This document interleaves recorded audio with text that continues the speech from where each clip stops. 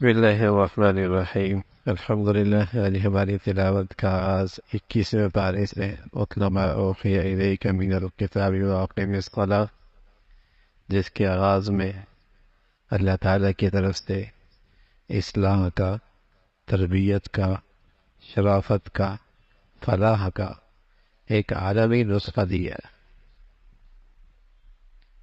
مسلمان اپنے بچوں کو اور بچیوں کو بچپن ہی میں اس نسخے کو ان کے ہاں استعمال ہوا کرتا تھا، اور اس سے ان کی تربیت ہوتی تھی، اصلاح ہوتی تھی، وہ ہدایت نیکی کے راستے پہ آ جایا کرتے تھے۔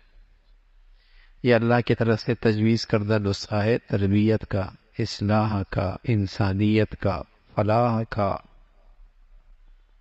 اور وہ نسخہ دو چیزوں پر مشتمل ہے: نماز بڑھیا، تلاوت بڑھیا۔ یہ مسلمان اپنے بچوں کو بچپن میں پڑھایا کرتے تھے۔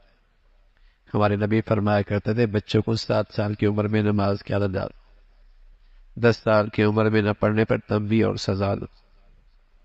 آج کا مسلمان 3 سال 4 سال کے لیے اسکول کے دروازے پہ تو بھیج دیتا ہے، اپنی نبی کی بات کا لحاظ نہیں کرتا، نہ بچیوں کی زندگی میں نہ بچوں کی زندگی میں۔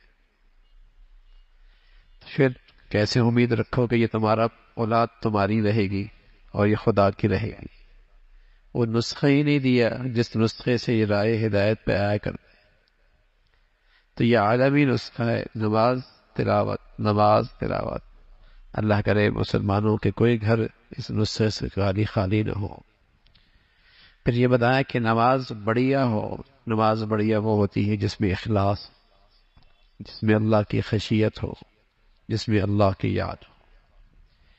ایسی بڑھیا نماز کی تاثیر ہے، یہ برائیوں سے روک دیتی۔ آج نمازی بھی ہے اور سود بھی کھاتا ہے، نمازی بھی ہے اور جھوٹا بھی ہے، نمازی بھی ہے اور خائن بھی ہے، نمازی بھی ہے اور کرپشن بھی کرتا ہے، نمازی بھی ہے اور بے پردہ عورت بھی ہے، نماز بھی ہے اور گناہوں کی گندگیاں بھی ہے۔ نماز نہیں، نماز نہیں، ورنہ قرآن نے نماز کی تاثیر تو بتائی، یہ برائیوں سے روک دیتی ہے، زندگی میں برائیاں نہیں رہتی۔ اللہ ہمیں ایسی نماز نصیب فرما دے، ہمارے بچیوں کو ایسی نماز مل جائے۔ پھر اب علیہ الصلوۃ والسلام کا عظیم الشان معجزہ، اس کا تذکرہ فرمایا۔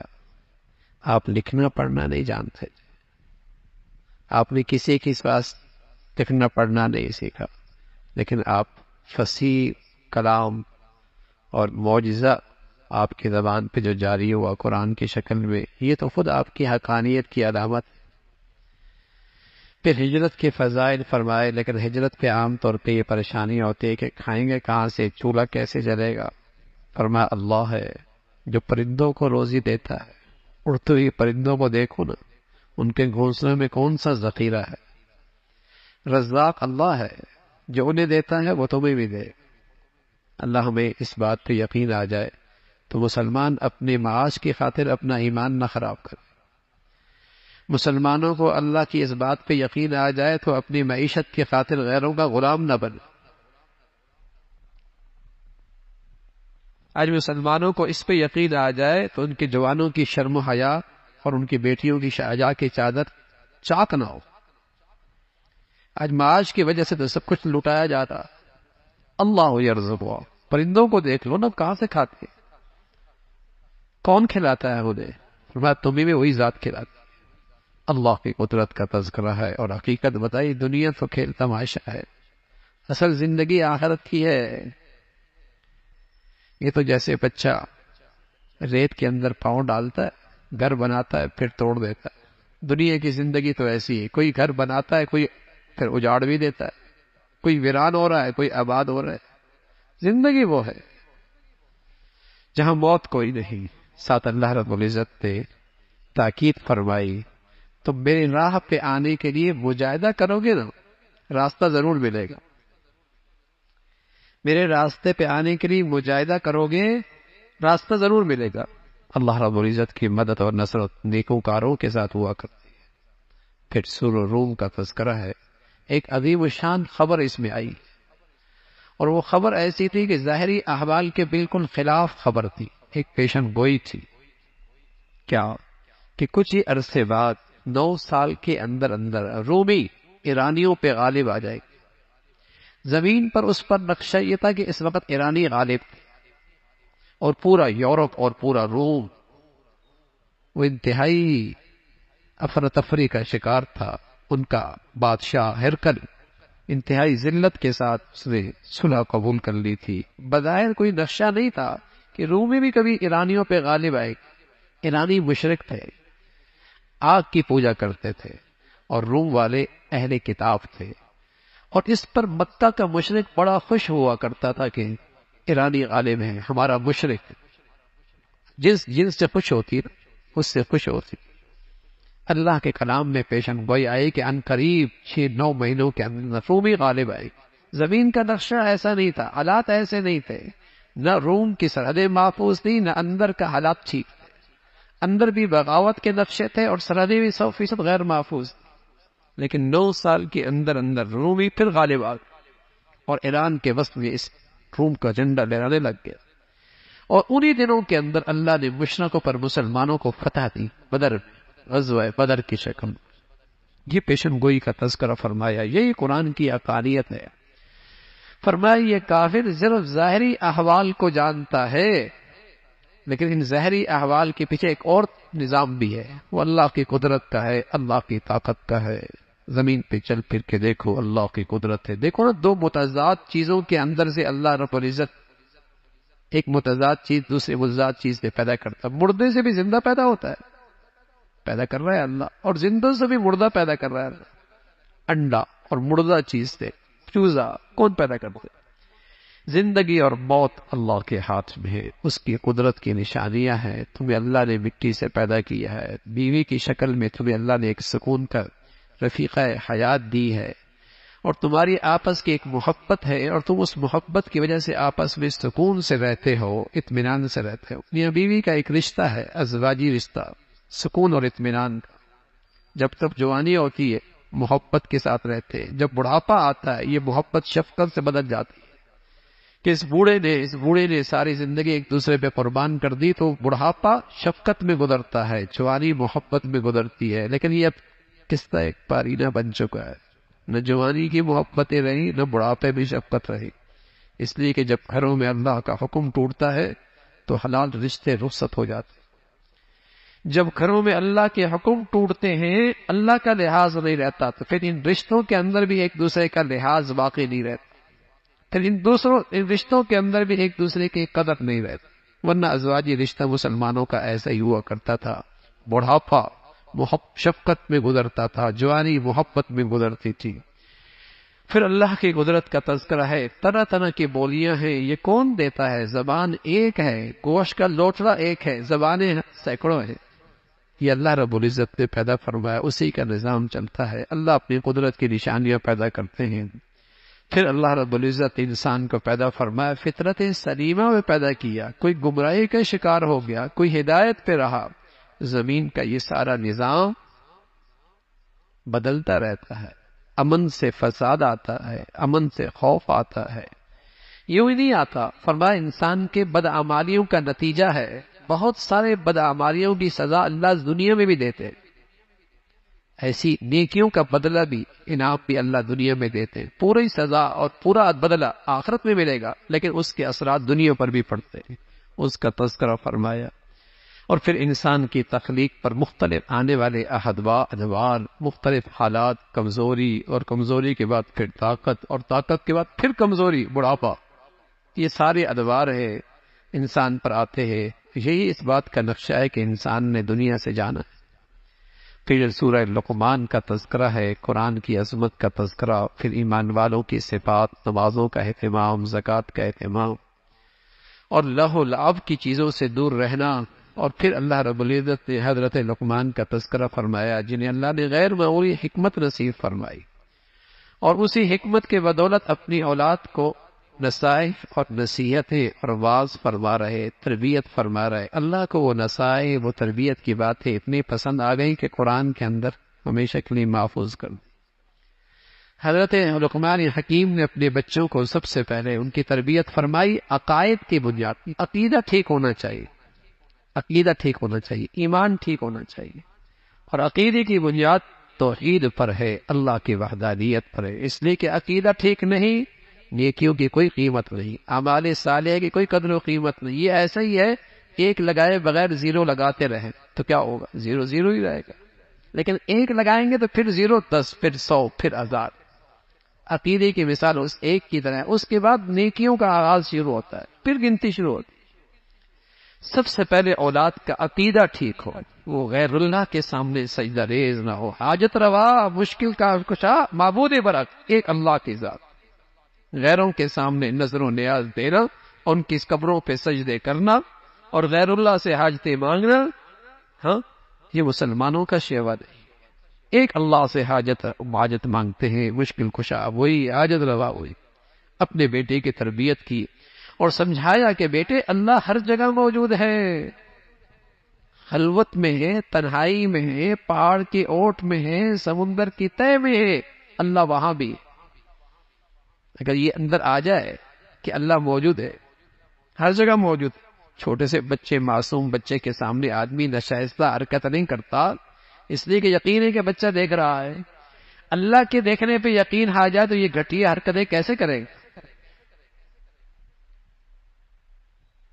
یہی چیز اندر بیٹھ جائے، اللہ ہر جگہ موجود ہے۔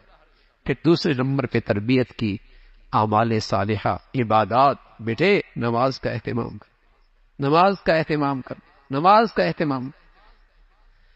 اور پھر نصیحت فرمائی، بیٹے مخلوق خدا کی اصلاح کی فکر کرنا، خود بھی مصلح، خود بھی صالح اور دوسروں کو صالح بنانے کی فکر کرنا، برائیوں سے روکنا، اچھائیوں کی طرف بلانا۔ آج مسلمان کی زندگی اس پہ آ جائے تو معاشرہ نہ سنور جائے۔ معاشرہ اوپر سے اچھا بن کے نہیں آتا، انسان ہی اسے اچھا بناتا۔ لیکن آج برائیوں پہ ٹوک ٹوک کوئی نہیں رہی، نہ گھر میں نہ باہر، جو جیسی زندگی گزار رہا ہے کسی کے ماتھے پہ بل ہی نہیں آتا۔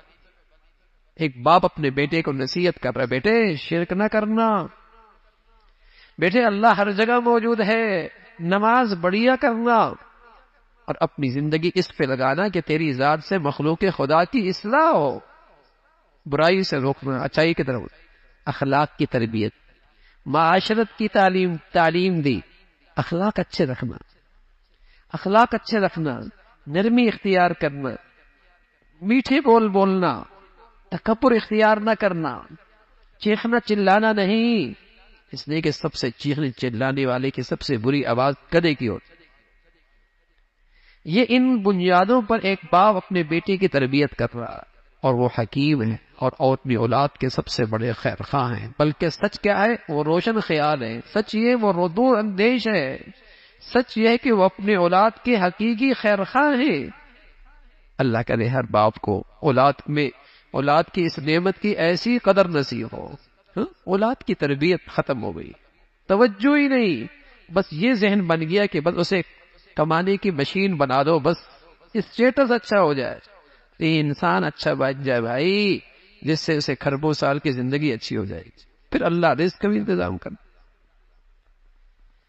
آخرت کا تذکرہ فرمایا، اللہ کی بڑائی ہے، فرمایا اللہ کی بڑائی، اللہ کی شان ایسی ہے سارے سمندر سیاہی بن جائیں، ساری مخلوق لکھنے پہ آ جائے، سارے درخت قلم بن جائیں، اللہ کی تعریف ختم کوئی نہیں ہو۔ ساری مخلوق کو پھر زندہ کرنا اللہ کے لیے کیا مشکل ہے؟ ساری مخلوق ایک انسان پیدا کرنا سب برابر ہے، اللہ کے یہاں سب برابر ہے۔ اس کی قدرت کا تذکرہ فرمایا، ایمان والو اللہ سے ڈرو، اور اس دن سے ڈرو جس دن باپ بیٹے کو اور بیٹا باپ کے کام نہیں آئے۔ ہر ایک کو اپنی کیے کو سامنے دیکھنا پڑے گا۔ قیامت کا صحیح علم اللہ کے پاس، بارش کب کتنی اللہ جانتا، ماں کے پیٹ میں بیٹا بیٹی کیوں اللہ جانتا، کل تم کیا کرو گے اللہ ہی جانتا، تمہاری موت گھر میں آئے گی یا سڑک پہ آئے گی اللہ ہی جانتا ہے۔ ان 5 چیزوں کا علم سوائے اللہ کے اور کسی کے پاس نہیں۔ امام مالک رحمۃ اللہ علیہ کو خواب آئی، مدینہ منورہ میں رہا کر، بہت اللہ والے تھے، خواب آئی، آپ علیہ الصلوۃ والسلام سے درخواست کی، اے اللہ کے نبی مجھے بتا دے میرے دن کتنے باقی موت کے، میں عمرہ کرنے جانا چاہتا ہوں۔ اس لیے کہ میری چاہت ہے کہ مدینہ کی مٹی مجھے ملے، میری موت مدینہ میں آئے، لیکن عمرہ کرنے کی خواہش اٹھ رہی ہے، خواب میں آیا، یا رسول اللہ میری عمر کتنی ہے؟ آپ نے یوں اشارہ کر دیا، صبح ہوئی، حیران ہوئی ہے، 5 دن باقی ہے، 5 ہفتے، 5 سال، 5 منٹ، 5 گھڑیاں، 5 سیکنڈ باقی ہے، کیا ہے؟ خواب کی تعبیر۔ امام سحری رحمۃ اللہ علیہ کی طرف اپنا خادم بھیجا، جاؤ تعبیر لے کے آؤ، اور بتانا نہیں کہ خواب کس کو آئی ہے۔ وہ اپنی اچھائیاں، اپنی نیکیاں، اپنا تقوی ایسے چھپایا کرتے تھے جیسے ہم اپنی برائیاں چھپاتے ہیں۔ نام نہیں بتانا، خواب کس کو آئی ہے۔ خواب کی تعبیر لینے کے لیے کہا کہاں سے آئے ہو؟ کہا مدینہ سے۔ کہا مدینہ، کس کے خواب آئی ہے؟ کہا نام بتانے سے منع کیا ہے۔ کہا اتنی بڑی خواب تو مدینہ سے آئے تو مدینہ میں امام مالک سے بڑا عالم کوئی نہیں، خواب انہی کی لگتی، کوئی معمولی خواب نہیں۔ خادم نے عرض کیا نام تو نہیں بتایا، پتہ چل گیا، اگر اجازت ہو تو بتا دوں؟ کیا بتا دوں؟ امام سحری رحمۃ اللہ نے فرمایا خواب کی تعبیر یہ ہے کہ اللہ کے نبی نے بتایا کہ ان 5 چیزوں کا علم سوائے اللہ کے اور کوئی نہیں جانتا، اللہ ہی جانتا۔ اس کا تذکرہ فرمایا، اللہ علیم خبیر ذات ہے، سورہ سجدہ کا تذکرہ ہے، قرآن کی عظمت کا تذکرہ، اللہ نے اس کائنات کو بنایا ہے، اور پھر بنایا نہیں، نظام بھی اللہ ہی چلاتا ہے، یہ نہیں کہ بنا کے بیٹھ گئے، نہیں، اس دنیا میں زمین کے پتا درخت سے نہیں گرتا اللہ سے پوچھے بغیر، سمندر کا قطرہ نہیں بڑھتا اللہ سے پوچھے بغیر، زمین کا ذرہ نہیں ہلتا اللہ کے پوچھے بغیر، بنایا بھی اس نے، چلاتا بھی وہی ہے۔ مرنے کے بعد کی زندگی پہ انسان کو حسرت ہوگی، آرزو کرے گا اے اللہ اب دیکھ لیا ہے، دنیا میں واپس بھیج دے، بڑا نیک بن جاؤں، بڑا نیک۔ وقت گزر گیا، روئے گا، آنسو ختم ہو جائیں گے، خون آئے گا، خون بھی ختم ہو جائے گا، لیکن آج ندامت کا ایک آنسو گاسے اس کی بڑی قیمت ہوئے، آج بڑی قیمت، لیکن آج انسان ایسی غفلت میں ہے جیسے مرنا ہی نہیں، جیسے جانا ہی نہیں ہے۔ پھر اللہ کے نیک بندوں کا تذکرہ فرمایا جن کی راتیں اللہ کے سامنے کھڑے ہو کے گزرتی ہے، قیام میں، سجدے میں، اپنی کوتاہیوں پہ دیکھتے ہیں تو اللہ سے ڈرتے ہیں، اللہ کی رحمت کو دیکھتے ہیں تو اس سے امید رکھتے ہیں۔ فرمایا ایسے لوگوں کے لیے اللہ نے وہ کچھ تیار کر رکھا ہے کہ ان کی آنکھیں ٹھنڈی ہو جائیں، آنکھیں ٹھنڈی ہو جائیں گی، اللہ نے ان کے لیے وہ مہمانی اور وہ میزبانی تیار کر رکھی کہ آنکھیں ٹھنڈی ہو جائیں۔ اس کا تذکرہ فرمایا، سورہ احزاب کا تذکرہ ہے۔ احزاب یہ ایک بہت بڑا مارکا غزوہ ہوا، جسے غزوہ خندق بھی کہتے ہیں، غزوہ احزاب بھی کہتے ہیں، اور مدینہ منورہ پہ سب سے بڑا کفار کا حملہ تھا یہ۔ آغاز میں اللہ کے نبی کے واسطے سے پوری امت کو 4 نصیحتیں کی گئی۔ پہلی نصیحت کی گئی اللہ سے ڈر، کافروں اور منافقوں کا کہنا نہ مان، اللہ کی آئی ہوئی، اللہ اور اللہ کے رسول کی اتباع کر، اللہ کی ذات پہ بھروسہ کرنا، کامیاب ہو جاؤ۔ یہ 4 نصیحتیں پر اللہ سے ہر حال میں ڈرنا، کافر اور کفار اور منافقین کی رائے پہ، مشورے پہ، ان کی خواہش پہ نہ چلنا، اللہ اور اللہ کے رسول کی اتباع کر، اللہ کی ذات پہ بھروسہ کر۔ پھر زمانہ جاہلیت کے کچھ غلط رواج تھے، اور یہ تأثر، یہ عام رواج، یہ بات پھیلی ہوئی تھی کہ انسان کے سینے میں 2 دل ہوتے، فرمایا دل ایک ہی ہوتا ہے۔ ایک غلط رواج یہ بھی تھا کہ اگر کوئی باپ، کوئی شوہر اپنی بیوی سے کہتا ہے کہ تیری پشت میری ماں کی پشت کی طرح ہے، تو وہ ہمیشہ کے لیے حرام ہو جاتی تھی۔ تو قرآن کا قانون آیا کہ نہیں، کفارہ دے دے گا، بیوی بیوی رہے گی، بیوی بیوی رہے گی۔ پھر اسی طرح منہ بولے بیٹوں کو حقیقی بیٹا سمجھا کرتے تھے، فرمایا نہیں، منہ بولا بیٹا حقیقی بیٹا نہیں ہوتا، اس کو اصلی باپ کی طرف ہی اس کی نسبت کی جائے۔ زید ابن محمد مشہور تھا، زید حضور علیہ السلام کا منہ بولا بیٹا تھا، ہاں منہ بولا بیٹا۔ اور ایک واحد صحابی ہے جس کا قرآن میں نام ہے، حضرت زید، لیکن حکم آ گیا نہ زید کو اپنے اصلی والد کی طرف نسبت کر کے پکارا جائے۔ ایمان والے اپنے نبی سے انتہا درجے کی محبت کرتے ہیں۔ پھر غزوہ خندق کا تذکرہ فرمایا، 3.5 میل خندق مسلمانوں نے کھودی، صرف 6 دن کے اندر، صرف 6 دن کے اندر۔ مسلمانوں کی جنگ کے بنیادی اصول ہیں اللہ کی ذات پہ اعتماد، آپس کا مشورہ، اور مادی لحاظ سے جتنی طاقت ہے اس کا استعمال۔ خندق کھودی، اور خندق کھودی، دشمن خندق کے باہر بیٹھا، مہینہ گزر گیا، آپس میں ان کے پھوٹ پڑ گئی، اللہ کی طرف سے تند و تیز ہوائیں چلی، ان کے خیمے اکڑ گئے، دیگیں اڑ گئی، اور یوں نیست و ناباد ہو کے واپس چلے گئے۔ اس کا تذکرہ فرمایا۔